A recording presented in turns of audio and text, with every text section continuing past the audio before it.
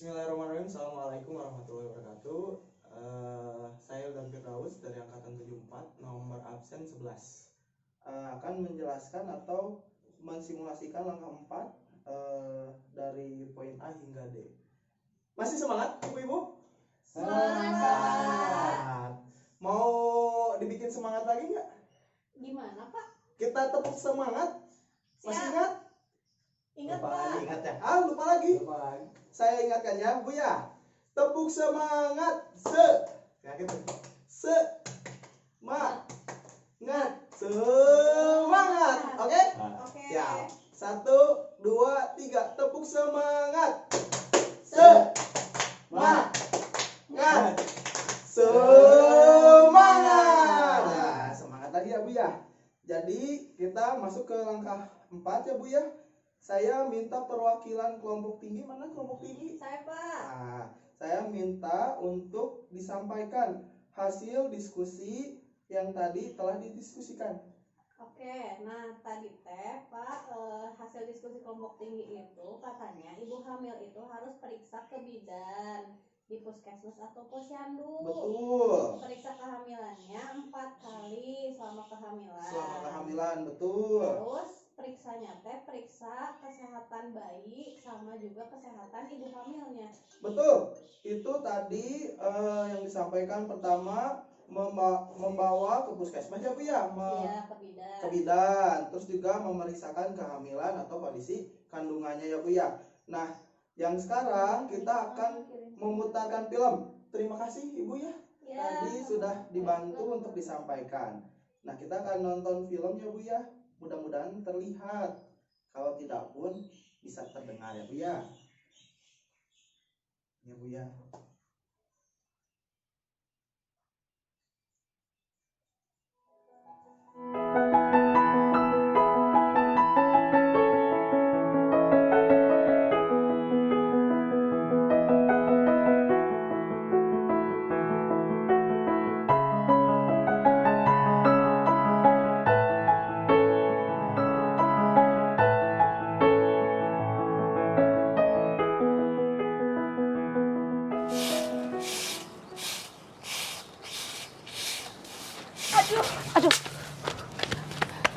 Aduh ibu, ibu kenapa?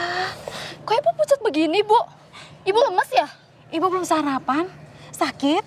Saya pusing. Ada apa, Bu? Ini mas, tadi ibu ini tiba-tiba jatuh. Terus sekarang kayaknya lemes banget, nggak bisa berdiri gitu mas. Kalau begitu kita bawa ke puskesmas saja yuk. Iya, kayaknya harus dibawa ke puskesmas sekarang juga. Ayo, mari saya gendong, Bu. Bu! Pak, Kenapa, Bu? Ini istrinya Mang Sayur. Iya, Bu. Ini istri saya. Lagi hamil. Oh lagi hamil, nggak kelihatan. Kurus banget pak istrinya. Kayaknya harus dibawa ke puskesmas sekarang juga Mang. Jangan. Nanti saya keluar duit lagi. Kita pulang aja yuk, Bu. tapi Pak, takut bayinya. Kenapa bayinya, Bu? Pak, istri bapak kan lagi hamil. Harusnya dibawa ke puskesmas. Gratis kok pak. Biar saya dan istri saya antar Bapak ya. Puskesmas deket kok dari sini. Tapi gimana dagangan saya? Biar saya yang nungguin Mang. Gak apa-apa. Udah, ayo, Bu. Ayo Mang. Istri hamil nggak sehat kayak gitu, malah mau dibawa pulang. Ada-ada aja sih Mamang nih.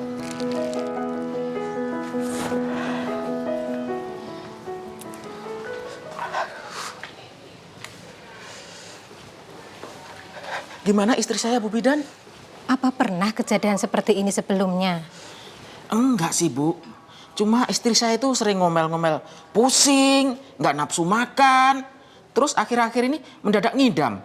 Bawaan bayi kali ya, Bu? Apa istri Bapak minum tablet tambah darah atau multimikronutrien yang saya berikan beberapa bulan yang lalu? Apa itu, Bu? Emang perlu ya, Bu? Bapak harus lebih banyak perhatian terhadap kesehatan ibu dan bayi. Tadi cek darah, istri Bapak anemia. Aneh apa, Bu? Oh, pantesan istrinya si Bapak lemas. Kasihan ya. Darah merah pada istri Bapak banyak berkurang. Dia tidak punya tenaga, membahayakan pula bagi si janin. Ya, saya mana ngerti, Bu. Itu kan urusan perempuan. Pak, Bapak harusnya belajar lebih mengerti tentang urusan ibu dan anak. Karena kalau bukan suami, siapa lagi, Pak? Caranya gampang kok, Pak. Hanya perlu rajin ketemu dengan bidan. Contohnya suami saya yang ganteng ini, dia rajin ketemu sama bidan. Emangnya harus berapa kali periksa sama Bu Bidan? 4 kali selama hamil. Tetapi Bapak juga harus menjaga makan makanan yang bergizi untuk istri Bapak. Iya, istri sama anak Bapak itu kurang bulat. Betul. Dan jangan kelewatan minum tablet tambah darahnya. Paling tidak 90 tablet. 1 setiap harinya selama hamil. Suntik tetanus, Pak. Duh, macem-macem urusan ibu hamil.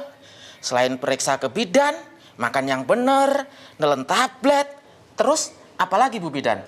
Masih banyak, Pak. Tapi Bapak nggak usah bingung. Tanyain aja sama saya. Yang penting diutamakan itu anak dan istri, Pak. Tuh kan, banyak yang bantu. Mari, Pak, ke dalam. Lihat istri Ya, Bapak. baik, Bu.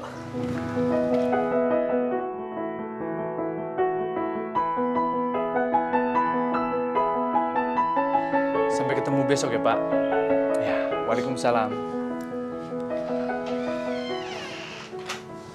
Ibu, Iya ya. Minum ya? makasih ya, Bu.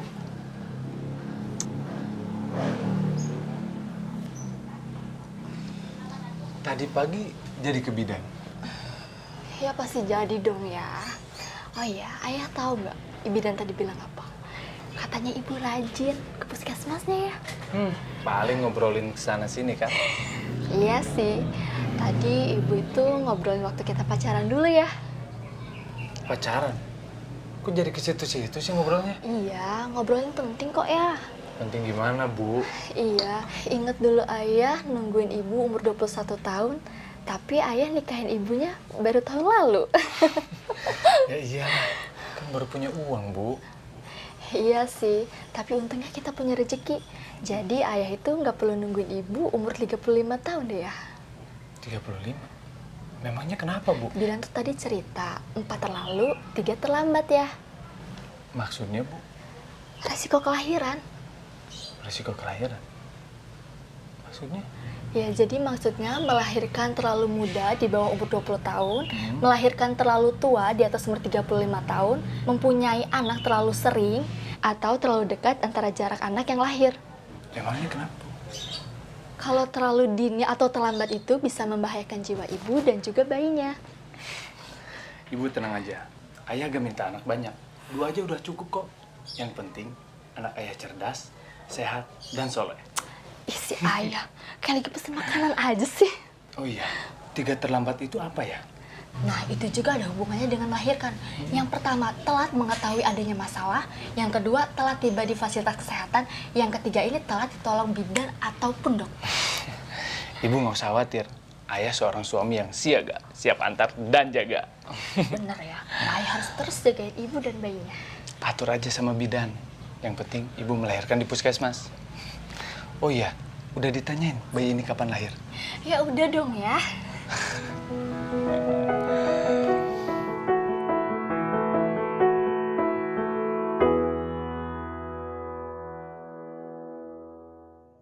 Nah, gitu Ibu. Filmnya coba saya ingin tanya sebelum lanjut ke yang berikutnya. Bu, siapa yang mau jawab nih? Saya, Ya, Pak.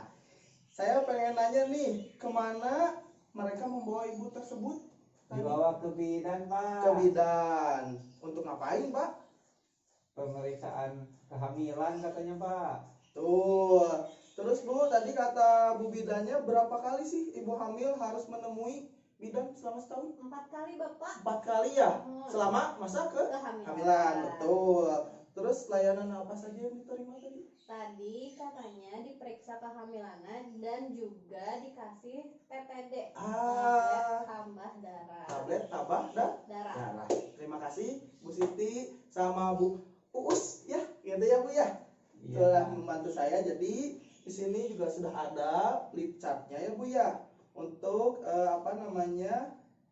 hasil atau pertemuan kita hari ini, yang pertama adalah selama kehamilan akan lebih baik jika kehamilan itu diperiksa minimal 4 kali selama masa kehamilan.